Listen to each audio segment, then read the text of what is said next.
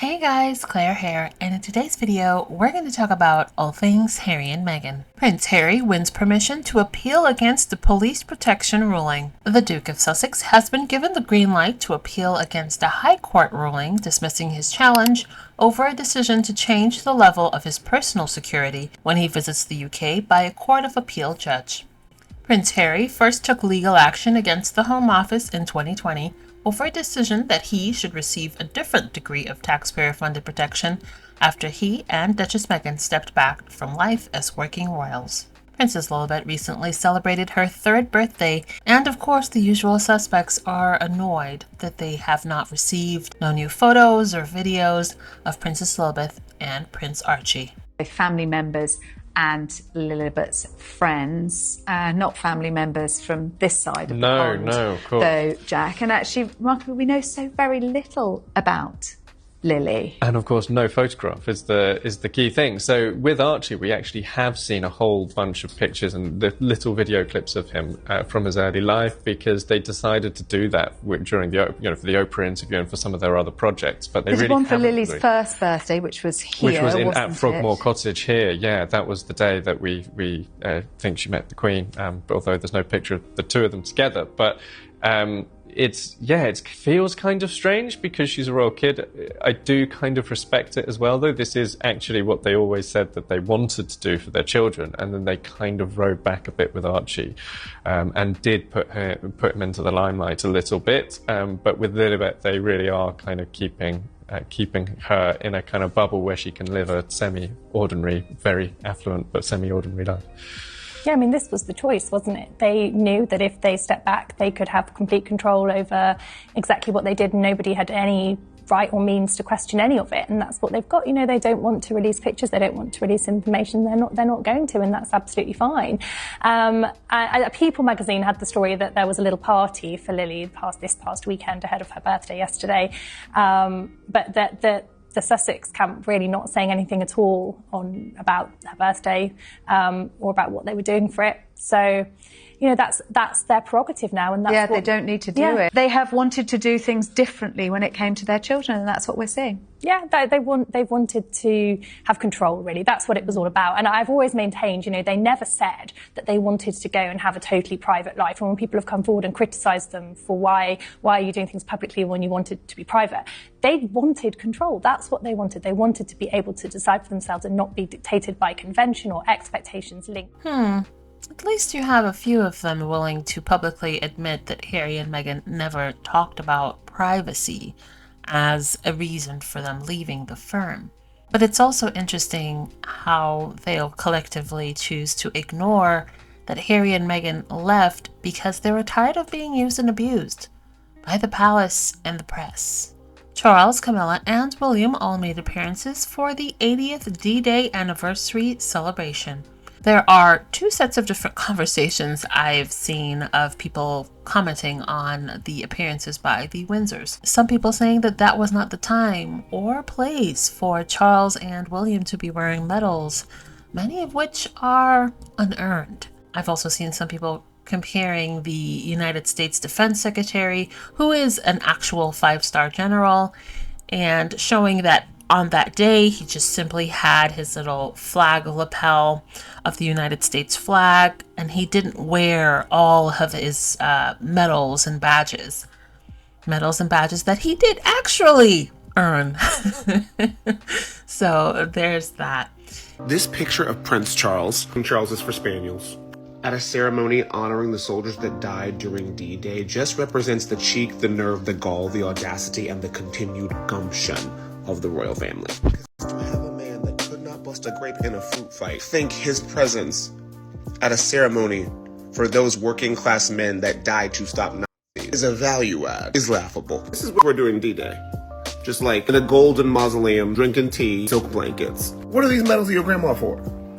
What did you do? Make it make sense. How does your Rogaine before picture face console the families of those that died? For why, God? Not to mention that your family is one of the strongest institutionalized symbols of white in the modern world. That irony is not lost on me. Why Jesus make it make sense? Because I just need them to sit down and shut up forever. It would be my pleasure. Roll credits.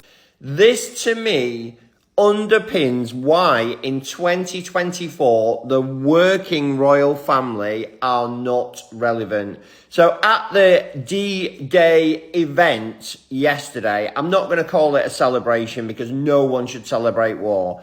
At the D-Day event yesterday in the UK, veterans, ex-service people, all of whom are very elderly now, told their heartbreaking stories about being the only one from their troop to come back alive, losing limbs. It was absolutely awful. Yet Charles is stood there with more medals than anybody else, and he has never seen a day's combat in his life. It's absolutely ridiculous, and it's a puppet show. And if I was one of those ex-service people in that audience, I would be absolutely fuming. It would be a complete insult to see this unelected billionaire stood there doing anything with an array of medals that looks like he's solved world peace. It's interesting to me seeing how certain people are perceiving the monarch and the monarchy in general now that the Queen is no longer here, or I should say Queen Elizabeth is no longer here. We have all gotten so used to this maternal figure. You've seen her blossom from a young lady into the grandma of the United Kingdom. But now the face of the monarchy is that of an elderly man. A man that many still have very hostile feelings towards based on his relationship with Princess Diana and how everything worked out that way. So it's interesting to see how they've been navigating. Some would say successfully, some would say otherwise. What do you guys think? We've also heard a lot of commentary over that video of the First Lady of France attempting to hold Camilla's hand, and Camilla clearly showing no interest in doing that. Some royal fans saying that, well, this is protocol. But then we soon saw a photo of Charles not only holding the hand of the First Lady of France, but kissing it. And many saying if you're battling cancer and going through very serious bouts of treatments, it's unlikely that you would be kissing the hands of others. And I've always maintained that the cries of the protocol police is just nothing but a bunch of BS, quite honestly. Yes, there are some protocols, but some of these things are just simply arbitrarily made up to make excuses for the behaviors of members of that family. A lot of the people were saying, oh, it's protocol because Kate was called out for not wanting to be touched by that woman in Jamaica. And now they're saying it's protocol because Camilla clearly didn't want to be touched by Macron's wife. So, but it's not protocol. And let's not forget that these people have created a bunch of protocols as a means to find things to attack Meghan for. So, yeah. And let's talk about that first story, which I think is absolutely fascinating, I've got to say. And it is about royal protocol, Emma Wolf. I don't think that Queen Camilla, had any choice but to rebuff the gesture because she's responsible for upholding royal tradition. I like Camilla, but I thought... Where's this going? No. Where's the bus? No, I thought this... Home wrecker? I thought this was unworthy. Three of us in this marriage? Oh, yeah, no, all of that. I thought this was unworthy of her. It costs nothing to return a little hand squeeze. She's only been queen for a year or so. I don't know why she's getting all these airs. There's nothing wrong with taking someone's hand. If you look at the Princess of Wales out and about, or even Meghan Markle out and about, they are hugging, they are interacting with the public, they're having to have all sorts of contact with the public. No, I think this royal protocol nonsense is nonsense. Brigitte Macron is not a commoner. She's the wife of the French president. She reached out a hand. Sounds pretty common to me. Camilla pulled away. Terrible choice in men. I thought that was really unnecessary. Emma, you're up a gum tree. Yeah. There's one person who will be looking down on what she did there with such joy and pride, and that would be Queen Elizabeth II. Because Queen Elizabeth believed in protocol. She wouldn't have done a hand squeeze either. And if the Queen was there, she'd say, well done, Camilla. Well, and yet, and you make other people feel extremely awkward, and that is not gracious. Well, I think... The elitism and classism from that segment never ceases to amaze. It was interesting to see one of the members on that panel rightfully call out the excuses that the host was making. I only wish that she would have gone further and call out the fact that this is not, in fact, a protocol. There have been so many instances over the decades of Queen Elizabeth actually making physical touch with others. We've seen her sort of hug Michelle Obama.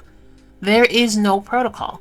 Now, Camilla not wanting to be touched by the First Lady is completely fine by me. Some people are just like that, and there's nothing wrong with that. But I just hate the way that they create these so-called protocols in order to make excuses for certain people and to bash other people for not adhering to their made-up protocols. I wish more people would call that out, but it's the British press, so I suppose you sort of have to toe the line and say what's expected and not push too far. Otherwise, you're not going to be invited on these shows. You're not going to book those interviews, or you're not going to be invited to host a show.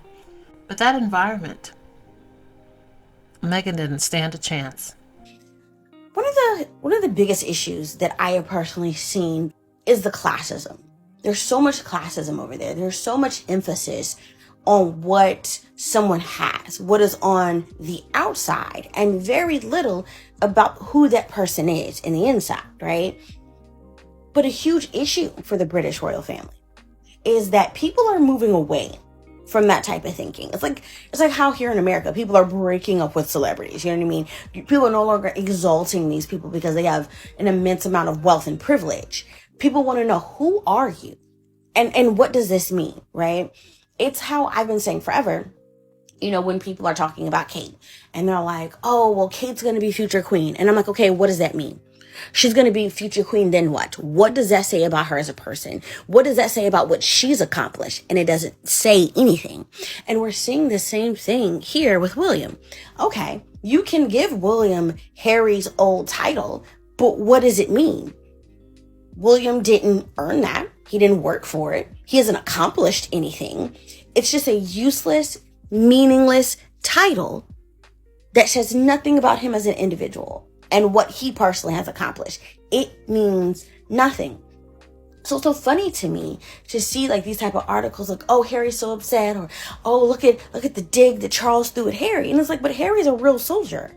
Harry's a real veteran. Harry didn't join the military for a couple of years, play at being soldier. Harry saw battle. Harry saw war. Harry put his life on the line. William didn't do any of those things. He lost his weapon and got reprimanded for it. They're not cut from the same cloth. But more than that, even when they try to strip this man of his dignity, even in this picture, you see only one real soldier, and then you see a bunch of other people cosplaying it. And this is what happens when you put so much emphasis on the external and not on the internal. It doesn't matter what this man is wearing, right? This man is a soldier. This man is a veteran. And these people are benefiting off the blood, sweat, and tears of the people who have done the work, who saw war, who lost limbs, who lost lives. They get to play dress up and not experience a tenth of what these true heroes have. Harry was gifted something from his mother that clearly no one else has: a heart. No matter where Diana went, she was loved. She didn't need all of the decoration. She didn't need all of the titles to do good and to be good. She was loved and appreciated because she led with her heart. She came as a genuine human being. And this is why it does not matter whatsoever what they try to take from Harry, because Harry is loved for who he is, for what he brings, for being genuine, for being a good person. They can't take that from Harry. And this is why the British royal family is dying, because there's nothing left. If you take away the pomp, the circumstance, and the wealth, who are these people? No one. They have no accomplishments. They have no real intelligence, if we're being honest here. But they have no compassion, no empathy. They have long since sold their humanity for an image. You can take that from them and they lose everything. You take Harry's titles and Harry's still that guy. He's still that dude and they can't do anything about it. And I love that for Harry. There's been a lot of talk about Will Lewis, who is currently the CEO of the Washington Post.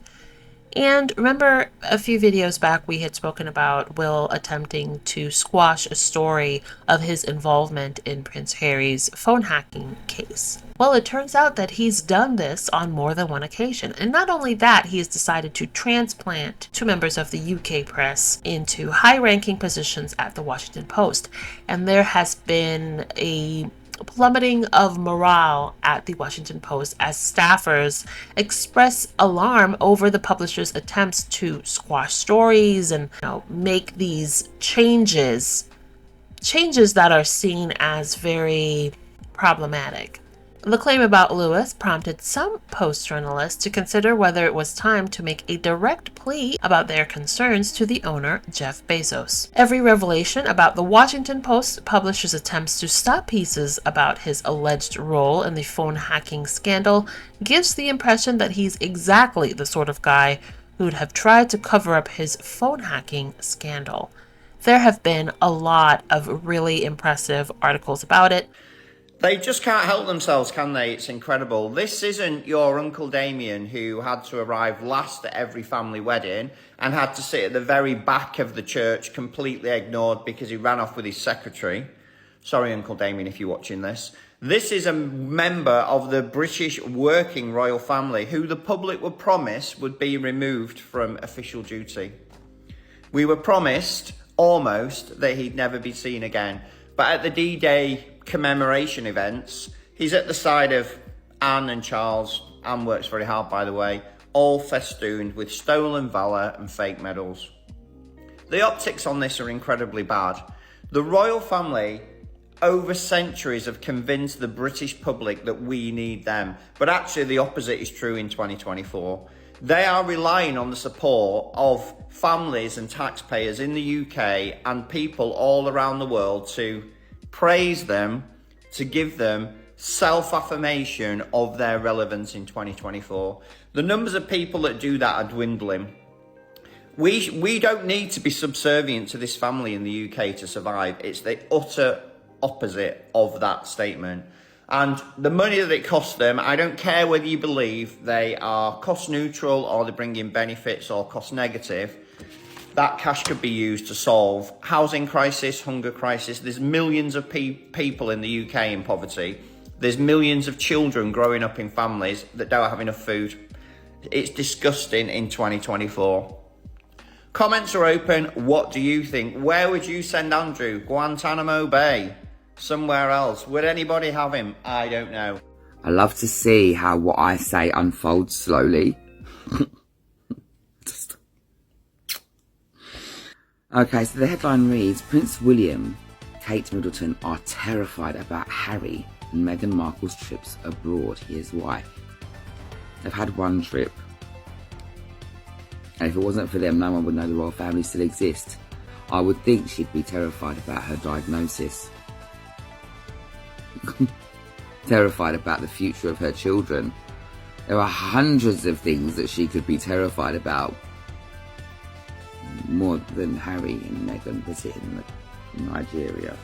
The fear is made worse when William knows that with his wife stricken with cancer. I thought she was having preventative chemo. I thought it wasn't quite cancer. They can't even keep up with themselves, can they? With his wife stricken with cancer, that he cannot compete and he cannot stop the Meghan and Harry roller coaster. Listen, Willie, if you're listening, you couldn't compete if you tried. As reported by The Mirror, royal expert and author Tom Quinn said Harry and Meghan are incredibly proud of their children, and why shouldn't they be? And when they're a little older and better able to travel, there is no doubt that they will be taken on some of the couple's tours.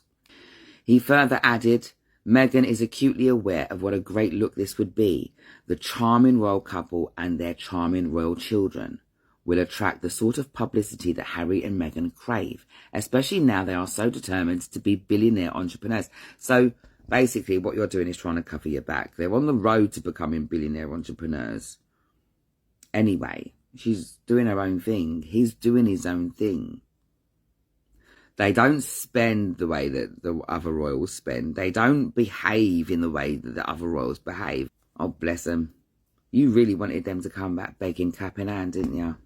Peels your skin, literally, that they haven't. Literally peels your skin in it. The Duchess, who recently introduced her lifestyle brand, American Riviera Orchard, recognises that featuring their adorable children during tours will generate the publicity that Harry and Meghan seek. She doesn't need any more publicity. It's doing well. So, let's deep dive, shall we? William is covering up something. His wife hasn't been seen since the 25th of December. Not hide, not hair, not a bloody toenail. Nothing. His only child that has been seen has been George, because he only cares about George because George is the heir. That's evident. He's shown that. He hasn't been around Charlotte or Louis. He doesn't really do that anyway. He doesn't care for them. He just only concerns himself with George. Oh, and Oliver. George and Oliver, the two oldest boys. Coincidence? Methinks not. All the lies flying around about Kate and what's going on with Kate, and the lies flying around with this, that and the other, and this, that and all that, blah, blah, blah, blah, blah. You're talking about them wanting to make their own money. At least they want to make their own money to spend their own money. You're siphoning out millions of our pockets so that you can paint dodgy paintings of people. All three of them are dodgy. I should think that William and Kate have got bigger fish to fry than to worry and be terrified on whether or not Meg and Harry decide to go on another holiday and bring their kids. Right now, you should be more concerned with where is Kate. That should be your biggest concern right now. Where is the Princess of Wales? A whole Princess of Wales is a whole human being, head down to the toes, has gone missing since Christmas. Truth be told, I'm not really a Princess Kate fan. Anyone who follows my posts will tell you that I do more about Harry and Meghan because I'm into the Sussex. Well, every time the ones who handle the royal families put out a post there, they call them sources and what have you on their behalf. That just makes me feel that they have not told us exactly what is wrong with Kate. At this point, I'm beginning to doubt the cancer story, even though she was made to say it. If that really is her, because we know what technology can do to stay with AI. So I'm beginning to even doubt that post. I'm beginning to think. Coincidentally, that was the same time King Charles announced that he also had cancer. Surprisingly, isn't it? Yet, the king seemed to be active. A 70-something-year-old man seemed to be active enough. And why I feel that they're not telling us the truth is the countenance of Prince William. He's just like, the way I read his body language, like a guy who seems to be free of something and is about to get on with his life. I mean, really, that's the way I see Prince William. He doesn't look like a man who is worried that his wife has something that could be terminal. He doesn't look that way to me. And secondly, I ask myself, why do you guys keep telling us she's out and about? And then to make it worse, you now said something about her being with her birth family. I don't get that. And then the latest one now is that we ain't going to see her the whole of this year. We're not going to see her at all. And that she's trying to reconnect she and Prince William people. If the British people do not find all that is going on with their royal family suspicious, the world already suspect that there's something bad that they are covering up so bad that no one is daring to ask questions in the UK. What it is, maybe we'll find out very soon, because I don't know how long they intend to cover up whatever it is that is going on between William and Kate.